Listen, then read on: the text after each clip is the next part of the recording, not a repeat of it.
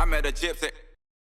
The people that have been through the most fucked up shit, they're the ones that end up knowing the most. Like, that's the real wisdom comes from the most fucked up parts of your life. And, you know, like you said, you're in 2020 and you have that head injury and it's like the darkest time that you're in.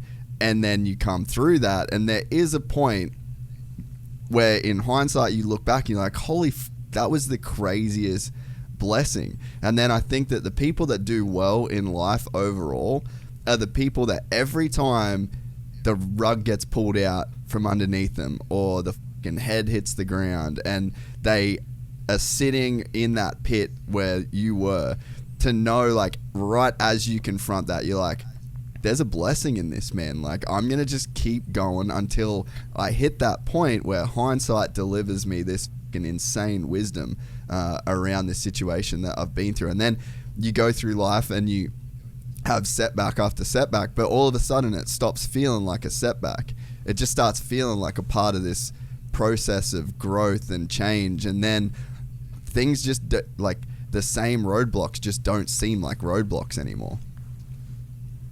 At the same time, all that, I love what you just said because it's all exactly how I feel. But at the same time, like, everyone goes through stuff, right? Like, we all have our sack of rocks to carry. Some bags are different than others, but we've all got our stuff. And it's almost like with like training and fitness, like what I'm in the middle of trying to figure out at the moment. Well, once I get my, just for example, once I get, or say like with riding, once you get your sprint speed down, that doesn't mean like, oh, now we're all good because I needed to work on my sprint speed. Well, now you need fitness for the moto.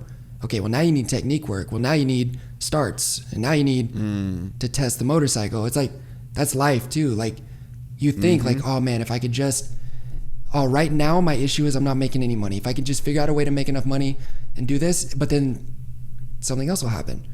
There's another problem that arises because that's life. So it's the same thing with like my career. It's almost like with getting older and dealing with like real life stuff as well. You know, I think real life stuff is honestly way harder to deal with than with racing because like I know how to race. I'm a racer. I've done it my whole life.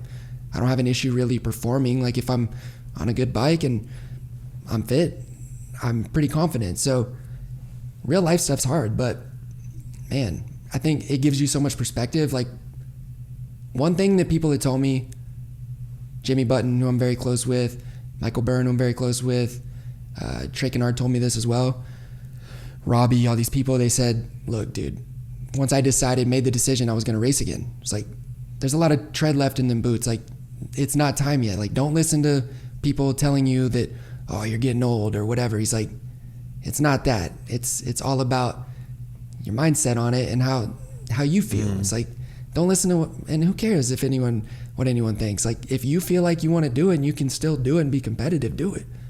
You know, and clearly everyone was telling me, obviously, we don't think you're done because we can tell. So, and I had told Jimmy too, like right off the bat, like, hey, that's it. Like, I can't keep doing this. Like, I literally finally crawl up off the mat and then immediately get just knocked out again. Like, just bop right in the face, right?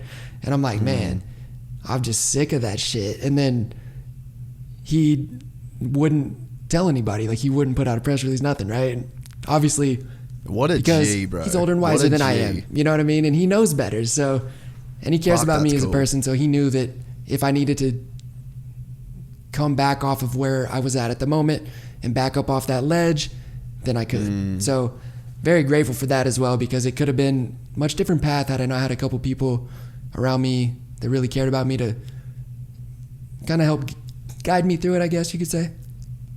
Yeah, man, that's so gangster, dude, that to have to have people in your corner that would be like, oh yeah, cool, you're retired, yeah, cool, yeah, I'll do the press release at some point, I'll get around to it, I'm just busy.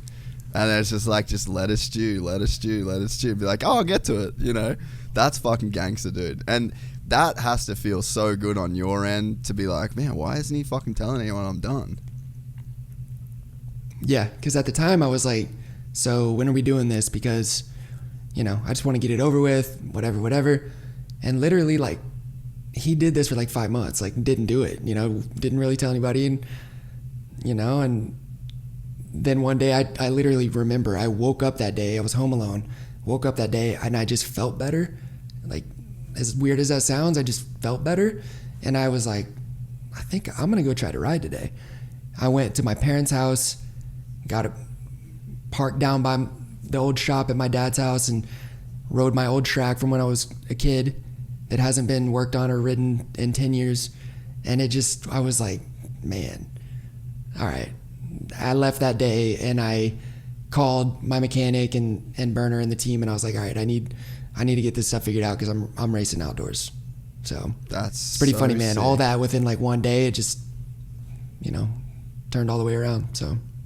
So what this is a result of the Glendale crash, the 2020 Supercross crash, and then you got knocked out pretty bad, and then you were done essentially in your mind, and then so you had like 5 months off the bike, and then you get back on, and then that was the day where it clicked, and then you went and raced outdoors. Have I got the timeline right? Yep, that's spot on. And honestly, I wasn't ready for outdoors. It was a rough first half of the season for sure, but I needed to get back into it. And luckily for me, I had the people I had around me, which I've been super, super blessed with. I think I've always tried to be solid to the people around me, and they've been solid back. So I've got great people around me.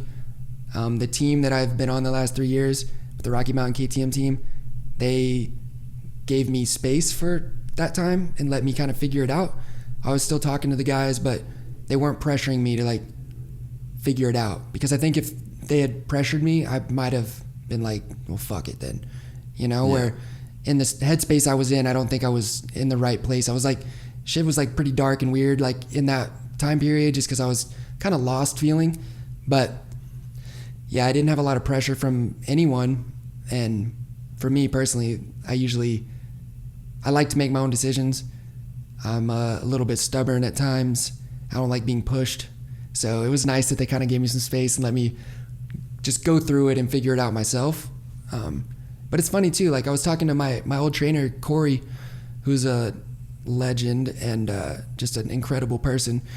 And I had him, because he owns a gym, a CrossFit gym in North Carolina. And I was like, yo, send me, I'm getting bored, and I'm like starting to like, I'm in my head too much. I'm like, without riding, without training, I was like, send me stuff. I want to work out. I want to try to like not be so skinny, right? Like I was like, I'm just bored. I'm going to go to the gym every day. And obviously I'm not a weightlifter, right? Like I'm built like a 12-year-old. So like that didn't work out. But he sends me all this stuff and he's like, all right, this will work. Just do this. And then when I told him, I said, all right, I finally called him again. I'm like, hey, I'm riding tomorrow. And here's the deal. Like, I'm not done. And he goes, I know. He's like, did you not look at the workouts that I sent you? And I'm like, well, what do you mean? They were like all just like weights and stuff. And he's like, yeah, but none of it was all stuff that you did before, just without like as much cardio. He's like, yeah, the cardio. I knew you were doing this. He's like, I knew this would happen. So he's like, I kind of just pulled a fast one on you and had you training for like riding strength already. And I'm like, it's pretty funny and also very cool. And another one of those situations like the Jimmy thing, which just nice to have good people around sometimes. If you enjoyed this content, please like and subscribe. And to listen to the full 3-hour podcast, search Gypsy Tales in your favorite podcast platform or click the link in the description below. Gypsy Gang.